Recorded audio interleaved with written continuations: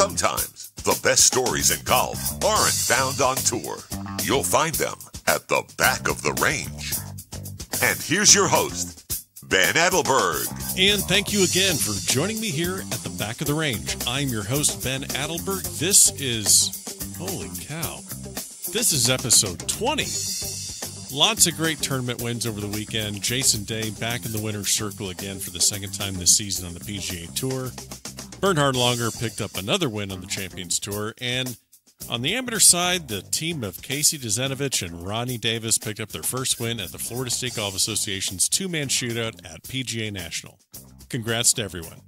But the big win of the past weekend, clearly, Amelia Navoa. She won her age group. Got second place overall in her IMG Academy Junior World Qualifier. Amelia and her dad, Victor, are huge fans of the podcast. We couldn't be more thrilled to give her a shout out. Amelia, keep up the great work. I hope you all enjoyed episode 18 and 19 last week. Special thanks to Greg O'Mahony, who really promoted the hell out of the episode for us on all of his social media outlets. Got a lot of great feedback. If you liked that episode, or a previous one for that matter, please share the podcast on your Facebook page, Twitter, Instagram. It really does go a long way. I'm getting a lot of texts and emails from people I haven't talked to in years. They're enjoying it. I hope you are as well. And remember, you know I like giving things away. I got some towels floating around here and maybe hats later on down the road. So if I see you sharing the podcast, I'll be sending something your way as a thank you. Don't forget, we are on Instagram. Check us out, The Back of the Range Podcast. Our website, thebackoftherange.com. That's where all the episodes are. That's where you can link up to Stitcher and Overcast and all of the podcast providers. And remember, if you need to contact me for any reason, Ben at thebackoftherange.com. Keeping things a little bit close to home this week, our guest is none other than the president of the Florida State Golf Association. See, you thought I was going somewhere else. Steve Carter is just an impossibly nice person. He played collegiately at the University of North Florida, where they won a national championship. He played professionally for some time, and after regaining his amateur status, has become one of the finest amateurs in the state of Florida over the last 20 years. He's won numerous titles. He's appeared in multiple USGA championships at historic venues like Oakmont and Pebble Beach. But most importantly, he's a true gentleman of the game. He's active in growing the game the right way throughout the entire state of Florida. We have some great stories, some healthy debate in this episode, and I hope everyone enjoys it. So, Steve, thanks for joining us on our 20th episode here at the Back of the Range. I appreciate you having me, Ben. Look forward to it. No, thank you. Absolutely thrilled to have you here with us, Steve. There are tons of things we have to get into. Your college days, winning a national championship, playing professionally, getting your amateur status back, and all the great work you're doing with the FSGA. But let's start at the beginning. How did you get into the game of golf? Yeah, I grew up here in Jacksonville, and my dad exposed me to the game probably about 10 or 11 years old. I'm the youngest of three boys, and we were involved in every sport known to man. So golf wasn't a high priority, but something we did maybe on a Sunday afternoon every now and then, batted around a little bit. And he was a decent player. I never got to see him play at a significant level due to his health, but he could putt the lights out of it. But he's the one that exposed me to it and would drop me off on summer days, and sort of gave me the passion for it. Yeah, it's really fascinating because there's guests that we've had on the podcast that have the similar upbringing that you had in the game, which is actually pretty close to mine. I just kind of fell into it and play a little bit on the side. And then you have, guys that had fathers or mothers as teaching pros, and just from day one, they're at the club and completely immersed in it. Did you ever have thoughts of, your friends that were really into golf from an early age? Do you think it would have gone differently for you if you would have taken that route, or you did this introduction to the game really kind of fit your personality? I think it did, and I had no thoughts on playing golf as a primary sport, to be honest with you. It was, basketball, baseball, football, the real sports. We all, what's that? The real sports, the real clubs. sports. There you go. Okay. And, my oldest brother played college basketball. My middle brother was a very good baseball player. I played a ton of baseball from a very early age. and that was probably my best sport. But life takes you down a different path. But I really didn't hang out with kids that played golf. We weren't members of a country club until a lot later. So I didn't really hang out with kids, and golf honestly wasn't as popular, as Sure. it is today, and focusing on one sport. So it was just something fun we did on the side. Four guys hanging out, dad and three sons, and it was a great experience and a great intro. And I don't think my passion for the game would have been any different. Maybe could argue been less if I'd have just focused on that at an early age.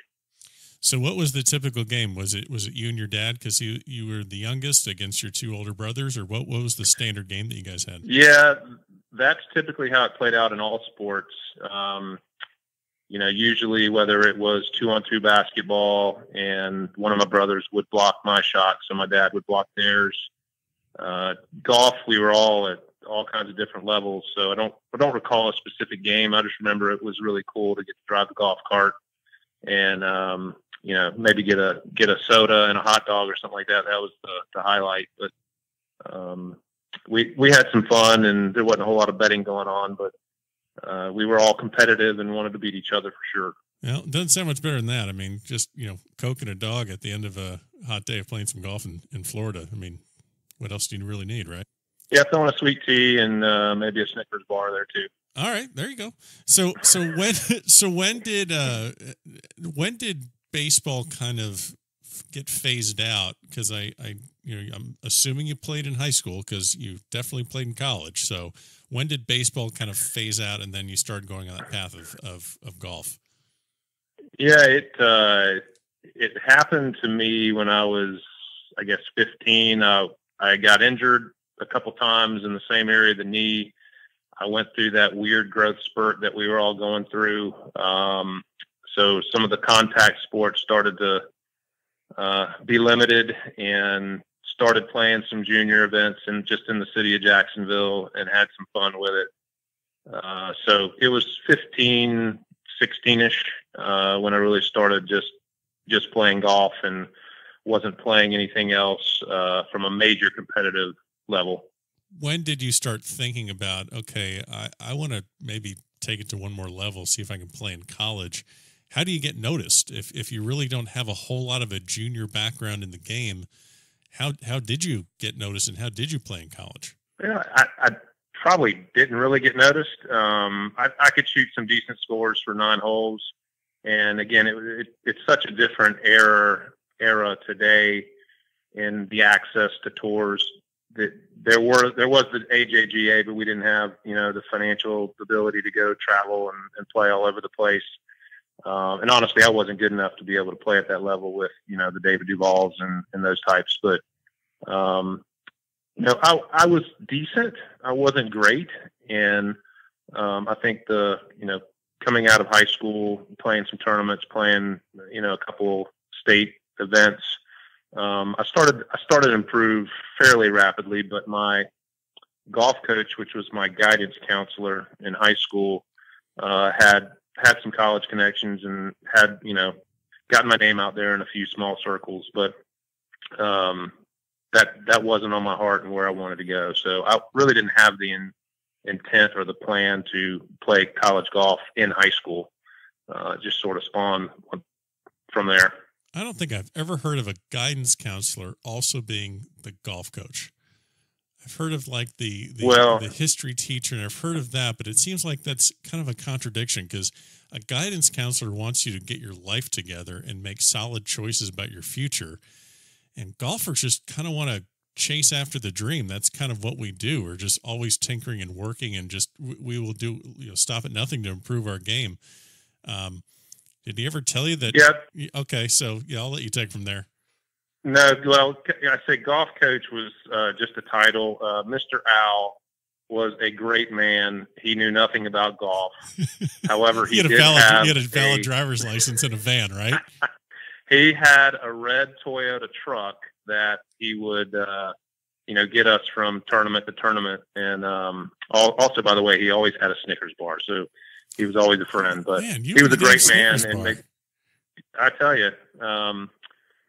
he was a great man, and he was an older gentleman, so he didn't desire to really keep up with us. He just got us to the first tee in time and made sure we, we're doing the right thing and we're on the right hole. So there wasn't a whole lot of coaching going on or guidance or swing instruction, but he was a good man. Well, there you go. Someone had to look after your team. So you played your high school golf, and you want to get off to college and go somewhere. What's the next step? What's your plan?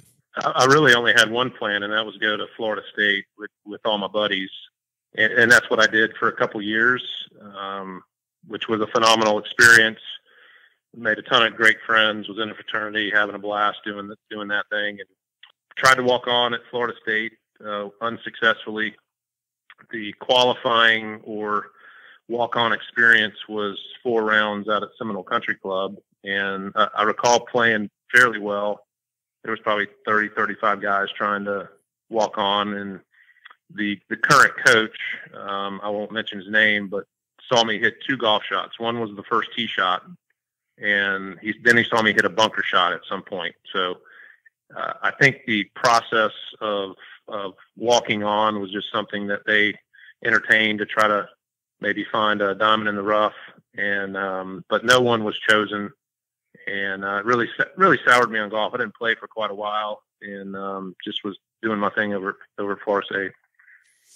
Yeah, I won't get into my similar walk-on story, but yeah, they kind of I think they did it as just a nice gesture to show that they're open to the possibility, but I think you would have to absolutely destroy every one of the scholarship players to even get looked at, and then at that point, who really knows? But yeah. So you mentioned you mentioned earlier that you had an interesting story about the walk-on. Is there anything else that you get the message pretty loud and clear when they're not actively there and watching you play at least a couple holes? Oh, okay. I see what you mean. the message was sent, and I knew 3 or 4 guys that were already on the team. Had competed in them against them maybe here locally or at a state am or something that summer prior. So I felt like I could compete, and I certainly wasn't asking for a scholarship, just a chance to practice and improve and play. And I get it, look, I didn't warrant a look, so it did make me hungry to compete against them on other occasions. So sure, it all worked out. So you stayed at FSU for a couple of years. You kind of moved past the whole walk-on experiment. Sounds like you're having pretty much the typical college experience. You're, drinking Mick Ultras at the frat house all the time and enjoying that. How did you, why didn't you stay at FSU? Why didn't you graduate from FSU? Well, one point of clarification, I think it was like Keystone Light or Milwaukee's Best or something like that. Oh, that's brutal. Now I'm actually thinking about it when I was in college. I'm like, oh man. And then there's nothing worse than Zima. Who drank Zima? You didn't drink Zima, did you? I did not. Bartles and James. Yeah. Well, no, that's when you're 16 and trying to figure out a way to get anything to drink. So that's a little bit before college. True. The ladies like the Bartles and James, so yeah, good to have access to those. There you go. So how'd you move on from FSU? Do you remember? I do. I do. It just so happened after my second year, actually during that summer, one of my friends who was only 4 years older than I took over the golf position at UNF and offered me a chance to come back and play and sort of earn my way into a scholarship if that's the way it played out. And so I gave it some thought and really probably took a little bit too long of time to make a decision. But at the 11th hour, I decided to give it a go and leave Florida State, come to UNF. I had to go back and live at home for a semester because I had delayed my decision so long. And moving from a fraternity house of 44 guys living in a house to going back home was a little bit of a adjustment, but great parents, so it all worked out. And again, had the ability to come and play with a great group of guys UNF was an NAIA school at the time, not tremendously well known, but John Brooks took over the program and just turned it into something awesome. And now UNF, just to clarify for people listening, that's the University of North Florida. And where are they located again?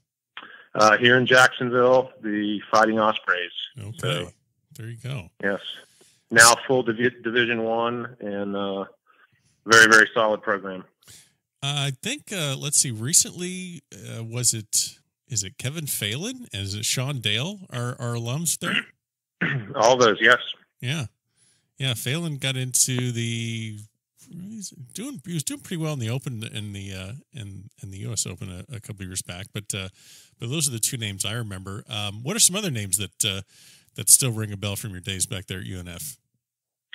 Well, we had again, I mentioned we had a great group of guys. There was a guy that transferred from the University of Florida, Jamie Burns. He was our number one player, and just, wants to compete at everything, and really taught me how to practice. I never knew how to practice, and even though I would spend a lot of time with it, practicing the right way makes a difference. So he was our number one player. A gentleman from Sweden, or actually two guys from Sweden, who were tremendous guys and players. A gentleman transferred from University of Central Florida.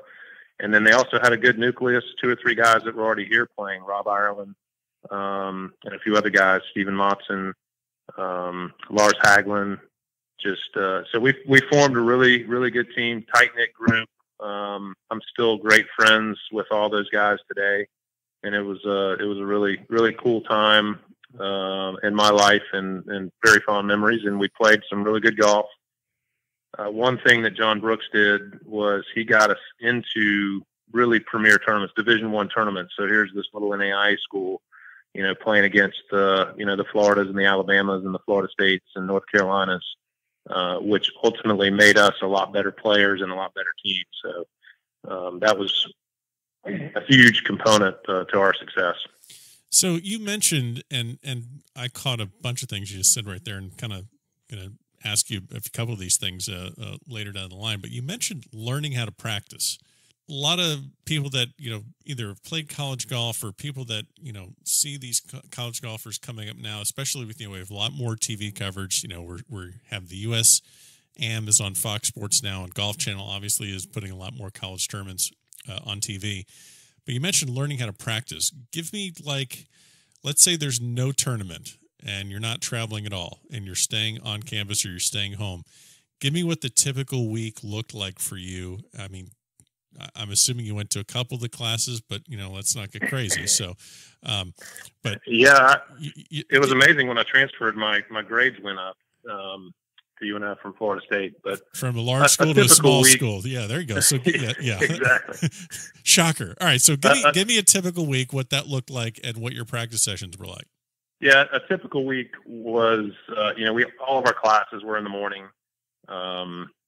And, being a premier athlete, you get the pick of the litter. But kidding, obviously. No. All the classes were in the morning. All the classes were in the morning. And then, I would personally, that first semester, I'd just stay on campus, and then we would either have a structured either qualifier or practice. And if we were practicing on our own or as a team, that would really dominate the entire afternoon and then take you into the evening.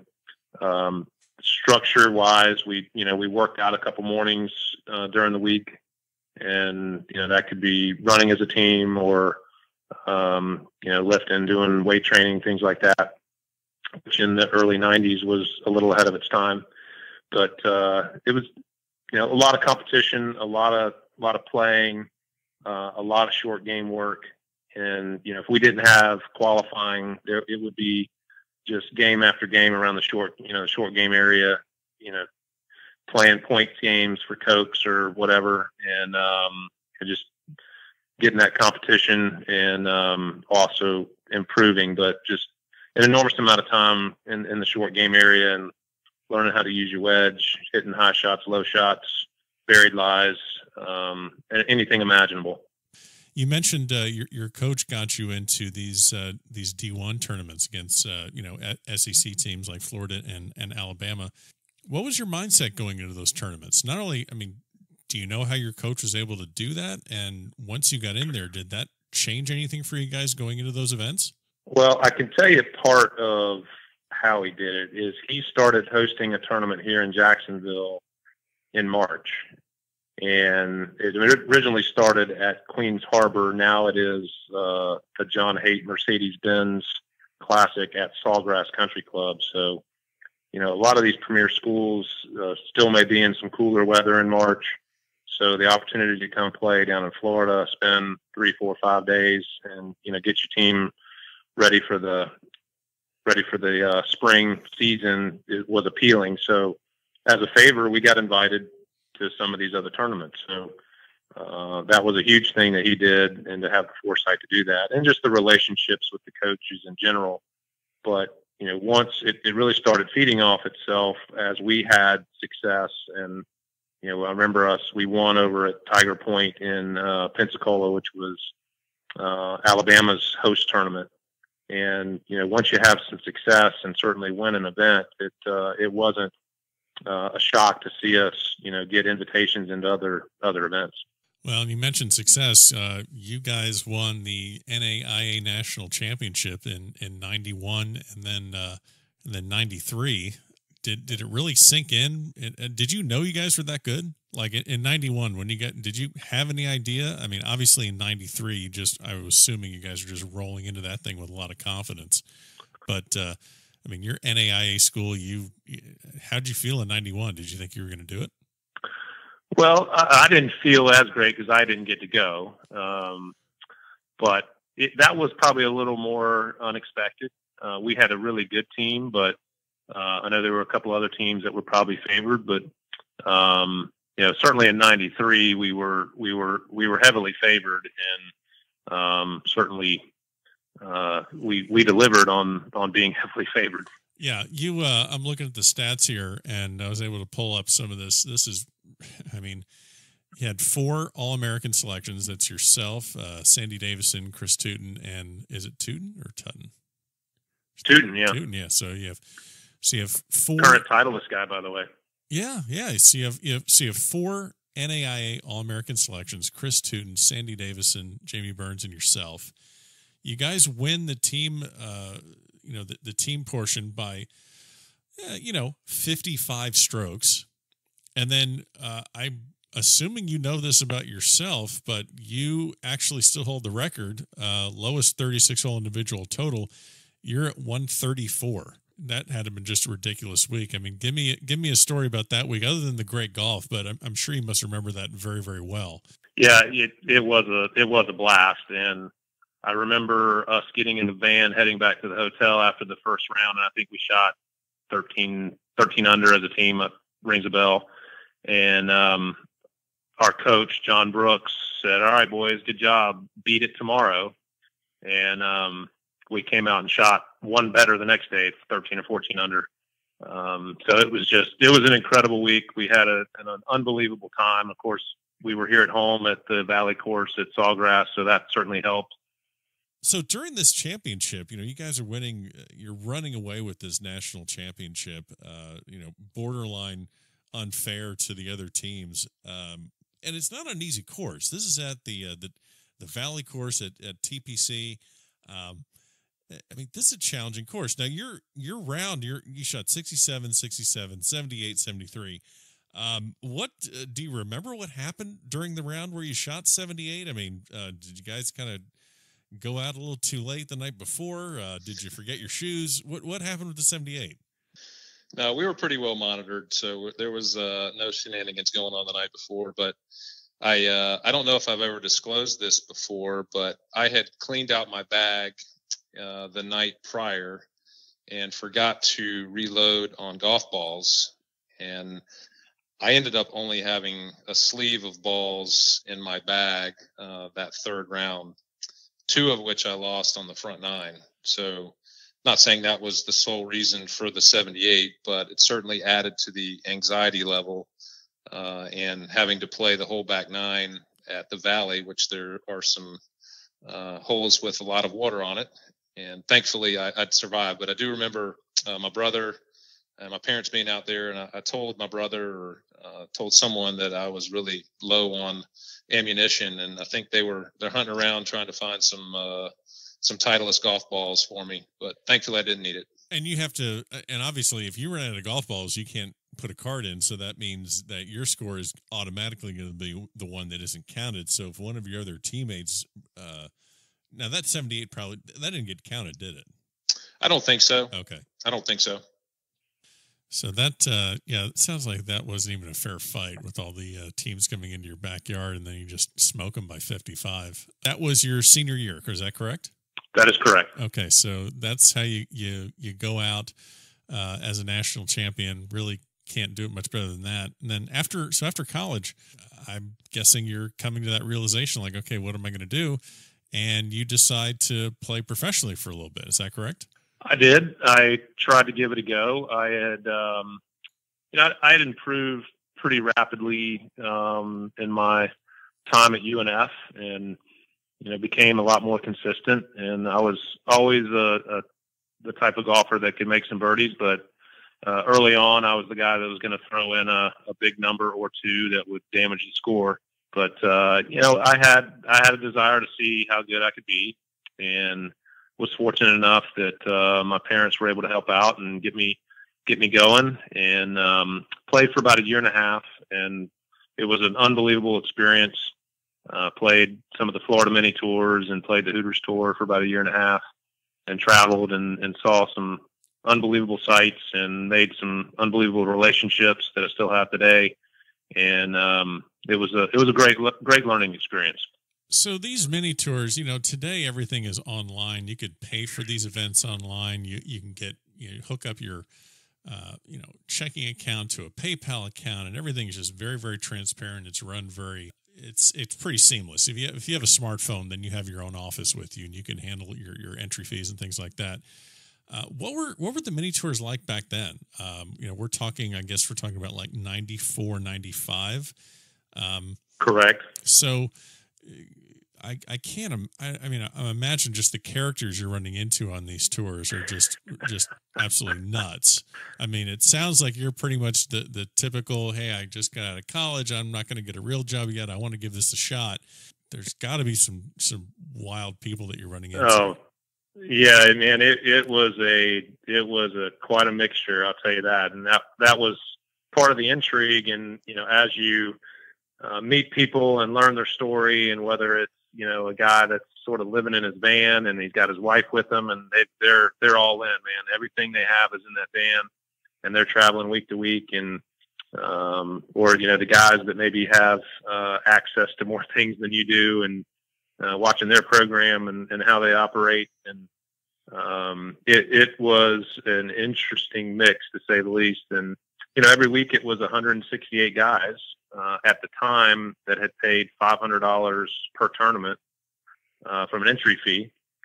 And you're playing for $100,000, which is the total purse, $15,000 to win. And, so you had to play really well to make any money at all. I think maybe 20th place was the break even. And that's if you stayed at the Motel 8 and ate Taco Bell every night. But, it was a great experience. We went to some really interesting places, but the relationships that I made and what I learned about myself and learned about my game was invaluable.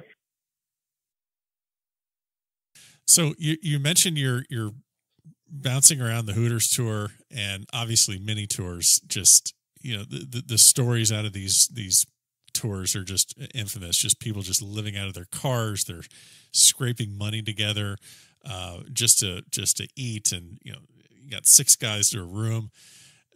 Give me just one of the characters that you saw on the mini tours. Just thinking to yourself, man, I don't know how this guy's doing it. I don't know where this guy is going to end up. I mean, there had to have been a lot of guys there that fit that mold. So give me a good story about a guy out there that that still you remember to this day.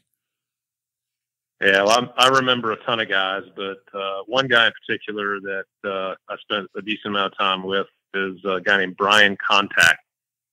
And what a great golfer. He was, yeah, I think it was Kontak. unbelievable player. He's from Arizona, could hit it a mile, but he was a wild man. And I remember he would always base his dinner decision on how he played. So if he played really well, he went to eat somewhere nice. If he didn't play well, he went to Taco Bell or somewhere like that. And he was just a prankster, man. He would always have, be trying to pull one over on you, or if you're in a group setting, he'd do something to embarrass you. And just full of life, ton of fun, cool to travel with, but great player. Not always real serious, but really, really good guy, and like to have a ton of fun.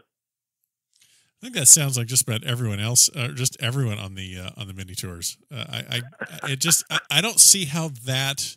I guess the handful of guys that really get in there and then you got to move on quick. I can't imagine that you can last too long.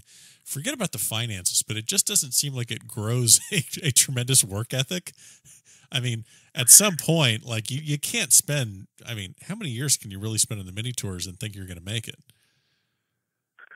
Yeah, great point. But there were guys in their, mid 40s at the time that were still, trying to make it. Wow. And you applauded them. And that was one of the things in my decision. I didn't want to try to, be that guy that was struggling and still trying to make it at a later age. So I applaud them still to this day. And some of them are tremendous players. And you never know when some of these guys are going to get a break. I had, thinking about some of the guys that were playing out there at the time, like Sean McKeel and Scott McCarron and Brian Gay, Craig Perk, some of those guys that obviously have had a ton of success and continue to have success, but you don't necessarily see it right at that moment. And, but they stuck with it and figured it out. Did you ever play against some guys that are actually still competing on the PGA Tour or maybe the Champions Tour? Oh yeah, there's a lot of guys that are still have some status, especially on the Senior Tour. But I remember in Louisville playing with Steve Flesh, and that's where he was from. So played with him, I think on Saturday, and he had quite the following. I did not, but it was fun to be a part of. And just sort of witness how he did things. And obviously he's gone on to do some great things. So yeah, played with a lot of good guys. The Joe Durants, those type of guys that are still out making a lot of money on the Senior Tour and doing very well. And you actually had a little bit of run-in with Gary Nicklaus. So I know Gary made it to the PGA Tour and had some success before regaining his amateur status, but you played a lot with him as well. Yeah, he was playing down in South Florida. There was a Hooters event down at Bear Lakes, and I remember being paired. I was in the group behind Gary, and I think we were both playing well. And obviously being down in Palm Beach County, Papa Bear was out following him and playing right behind him. Jack was around every green as we're hitting in, and it felt like he was analyzing every shot I hit, and it was always in the back of my mind. But obviously great to be part of that, and anything that the Nicklauses are involved in is usually pretty good. So sure, good learning experience, and I always remember Jack's presence, and it happened again several years later after we both were amateurs down at Jupiter Hills in the Florida State Amateur. And I was paired behind Gary again, I think on Saturday. And again, Jack being, at the tee box if we were jammed up and coming up to a tee where there was a wade or around a green. And again, just they're great people, both him and Barbara. And played with Gary in a mid-am a few years ago at Loxahatchee, and Barbara followed us all the way around 18 holes. And I just remember myself thinking, how cool is it that, the wife of the greatest golfer of all time is out following around some mid-am, hacks, if you will. And I remember talking to her and explaining to her about, my mom and how she always followed me when it was convenient for her to do that. And she looked at me and said, you never stop being a mom. Yep. That's awesome. So just great family, and always obviously love being around them and being associated with them. Well, you're competing on the mini tours. I know there's a lot of people listening that possibly romanticize that notion of chasing your dreams to reach the PGA Tour, but you were kind of coming to an end of it. You had a different taste in your mouth about professional golf and competing. Was that pretty much what caused you to make the decision to maybe give that up and then transition back into amateur golf? What was the moment that really caused you to make the turn? Well, it wasn't a sudden ending. It was, I had really taken a lot of the fun out of the game. I had made it work, which we all know is not what we want to do in a game, even though that was trying to make it my livelihood. And my intent was to just take a little break and get away, decompress, and try to figure out what the next step was, intent on playing some more. And I found that when I got back home and backed away from the game, I was also fortunate that I grew up in a family business, so I was able to sort of come back in and work and make some money, and had a girlfriend and liked the idea of having some stability, and also found that I played a lot better when I was having fun. So it wasn't an immediate thought that hey, I'm done with this. But over time, over the series of months, and certainly over a full year, I had decided that, hey, I don't want to pursue that anymore. Our family business was growing rapidly at that time as well, so it was fun to be part of that. So you get done playing professionally, and as you said, you just kind of like the stability of being home and having the, kind of building up more your career outside of golf.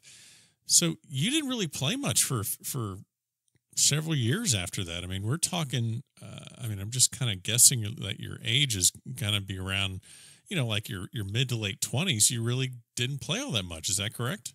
I did not. And that does sort of tie in with our family business, which was going through enormous growth at the time. So we were, both my brothers, and I had aunts and uncles, and certainly my dad. So we spent a ton of time in the business, and we had a ton of fun too. We traveled a lot. We worked hard and played hard, but I did not play much golf during that period. That is correct. And what's the family business? I'm sorry. We were a welding supply distributor at the time, and we had 14 locations throughout the Southeast. And my dad was a sales guy and sort of jumped on every opportunity to grow, and then left it up to the boys to figure out how to manage it. So that's fun. Thanks, Dad. We were very busy, and it was a great time, fun time, and learned a lot too. Very cool. So the game does get its hooks back into you at some point, though. So it looks like you're regaining your amateur status around 1999.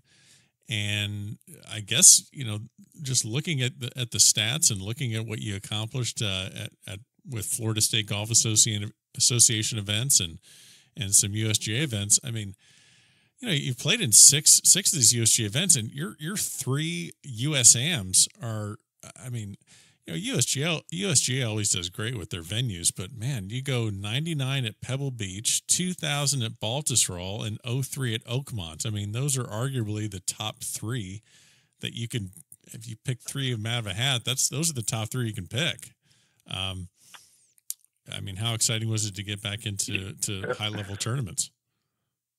Yeah, it was unbelievable. And it did sort of validate my decision and the path I'd been on with golf, that, hey, you can still have a ton of fun. You can still be competitive. And so I felt rewarded in that standpoint, because I'm sure I was never going to play in the AT&T Pebble Beach Open or, at Oakmont. And to get access to earn your way to playing a USGA championship on those golf courses was just phenomenal. A little bit overwhelming. Pebble was just a dream, and just being out there was fun. And the course was set up ridiculously hard in preparation for the 2000 Open that was going to be out there. We were test dummies for them, And but it was a phenomenal experience. And I mean, can you even play up to your potential in a situation like that when you're at the USAM, when you're at Pebble, or even Oakmont? I mean, are you truly in your typical tournament mode, or are you just kind of kind of there as a spectator almost? Not to say you didn't have the game to compete, but you understand what I'm saying, right? Absolutely. I can tell you, I wasn't prepared. And I think the only thing it's all experience. And here I am at Pebble, and I've got, my brother's caddying for me. My parents had come out, and none of us had ever been there, and certainly not to play a tournament like that stature. And we had a ball, but you're overwhelmed just from the sights and the beauty of the place and the history. A funny story about that event is I had to start on the 10th hole at Pebble. And if you've ever been out there, that is basically on the cliffs of the Pacific Ocean and a tremendously hard driving hole. So I remember just obviously being nervous, and my first tee shot in a USGA championship found its way onto the beach at near the Pacific Ocean. But I think you can play well in spurts, and those types of championships just come down to being able to manage your emotions and handle difficult conditions, and being able to make a bogey when you mess up, not worse than bogey. Well, I only have one USGA on my resume, nowhere near what you have on yours, and I still can't get over the fact that you had those 3 courses. If you had to pick one to play every day, which one would that be? Of those 3? Sure. Wow. Probably Pebble, just because of the scenery. And which one at the time did you think was the hardest? Oakmont. Yeah. Everyone mentions how difficult Oakmont is. And that's the one that Flanagan won that one. I mean, did you get an idea when you were at these tournaments just by looking at the players, whether in practice rounds or the people that you played against? Did you get any idea of anyone there that really stood out at either one of those USAMs? Did you see someone there that you're like, okay, I'm not at that level. This one is clearly going onward and upward after this. Yeah, at the 03 tournament at Oakmont, I played with a young man named Brock McKenzie, who was an All-American at Washington. I think he's still playing professionally, but just the sound when he hit the ball and his touch around the greens was phenomenal. It was fun to watch him play. Played with Hank Keeney in an event. It's just a different level. Not that you can't compete with them on a given 9 or a given day or even a given tournament, but the consistency and the ball striking over time is just at a different level. So again, you're playing at these just institutions here for the U.S. Amateur. You have Pebble, and you have Baltusrol, and you have Oakmont.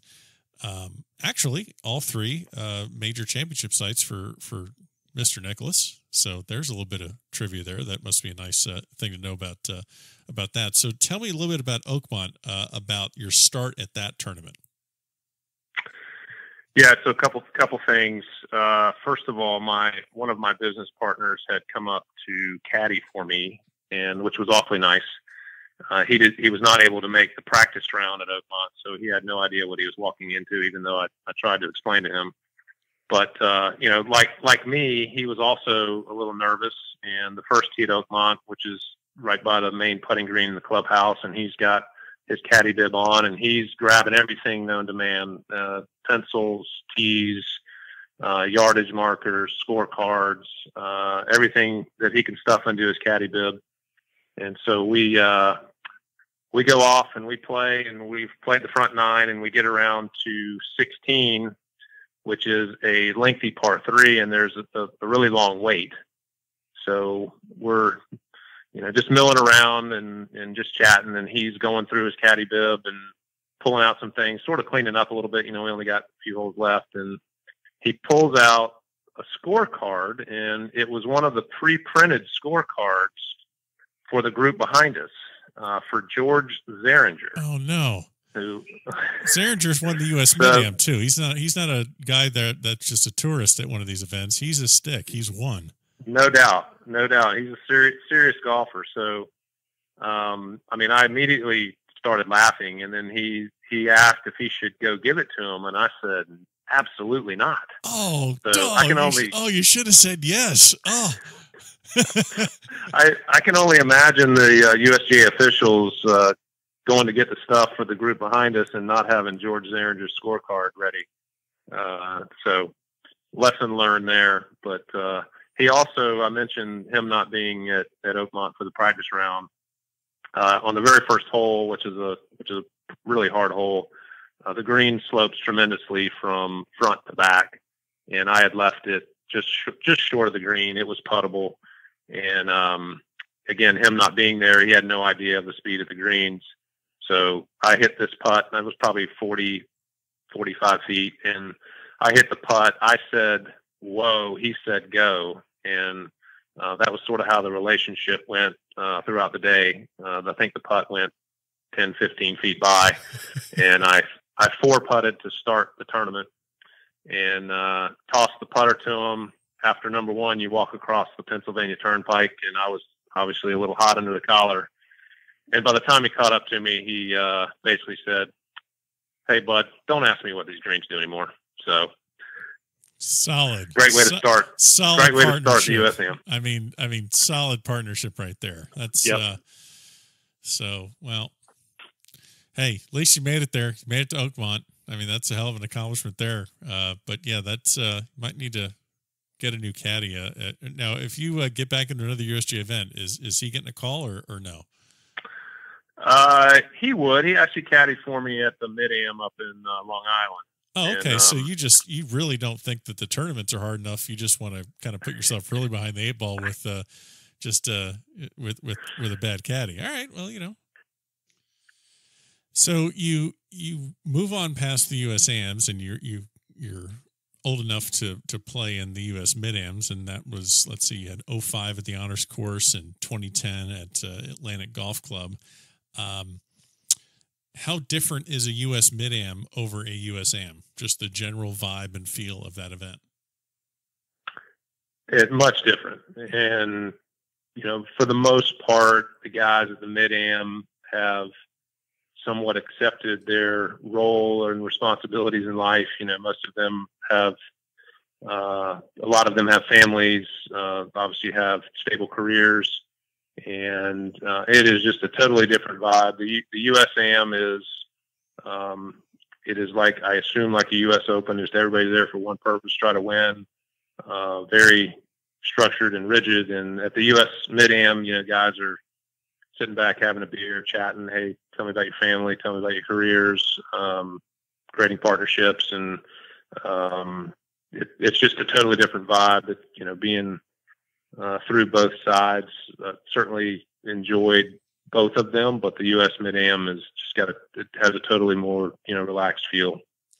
And I would imagine that the U.S. state team that you played on, so that's basically each state golf association selects 3 players, and I assume that it's different qualification specifics for each state. But so you're on that team in 05, and that's that's a different event as well. That's kind of along the lines of what the 4-ball is, because the amateur obviously has the prize at the end of the tunnel, that getting into the Masters and the U.S. Open, and the U.S. Mid-Am has that as well. But the U.S. state team doesn't have that. So what was that experience like? How much different was that than any other USGA event? It was a little weird, to be honest with you, because, you didn't see everyone in one central location. There were split golf courses, split tee times, and it was still a great event and had a ton of fun. And the team environment in the USGA is certainly totally different, as you mentioned. But you're paired with 2 other states during that day, all depending on how you play, determines what time and sort of what wave you're in. But it was a great experience, and true to the USGA, the way they set up the golf courses, and They make you earn it. And who was on that team with you? I believe that was Rick Wolf and Kelly Goss. There you go. Those are a couple of legends in the FSGA ranks. No doubt. Oh yeah. So I'm just also we mentioned the FSGA. You're very involved in the Florida State Golf Association, and you're on their advisory board. A lot of the when you look at these state golf associations and what they do, obviously you think about the tournaments that they put on, and also growing the game for the juniors. And Florida has a great junior tour. What does and that's more the tournament staff, the directors and the tournament directors and planners and things like that. What does an advisory board do? Like, what are your responsibilities throughout the with the FSGA? Well, that is a great question, and I will make a clarifying point. As of this coming year, I'll actually be the president of the FSGA. President of the FSGA. Do you get do they pad your handicap? You get to kick the ball out of the rough? I mean, what do you get for this? You get nothing, but okay. Maybe a little better seat in heaven, I hope. But okay. Well, presidents get lots of respect, so you'll be fine. To answer your question, the FSGA does so much more than just run tournaments. We obviously do run tournaments for all age groups, whether it's juniors and whether you're 9 years old now, all the way through super seniors, women. If you want to play in a net event, or if you want to play in one of the premier championships, I think the FSGA ran 605 days of competition last year. So obviously multiple tournaments going on at one time, but the FSGA also handles things like course rating. When a course is either new or is renovated, and I believe every 7 years it has to be re-rated. So going through that process, all that funnels through the FSGA. Very active in obviously the handicapping side through the USGA and GEN, supporting all the clubs that offer that and run their own tournaments. So the club support is a huge thing. And then just ultimately benefiting golf and everyone in Florida that plays golf. So it's a great organization, great folks in that organization, great leadership, and it's been fun to be part of. So you're going to be president. So so what are some things that you want to accomplish in the next? Now, how long's the term? Is it 2 years, 4 years? How's 2 years. 2 years. Okay, so 2 years. So you're gonna be and can you get reelected? I mean, do we need to start raising money for your reelection campaign, or is this? Or we just draw or they just drew your name out of a hat, didn't they? That's what they. Okay, they did. All right, they did. So you got 2 years. Have you thought about what you would like to see?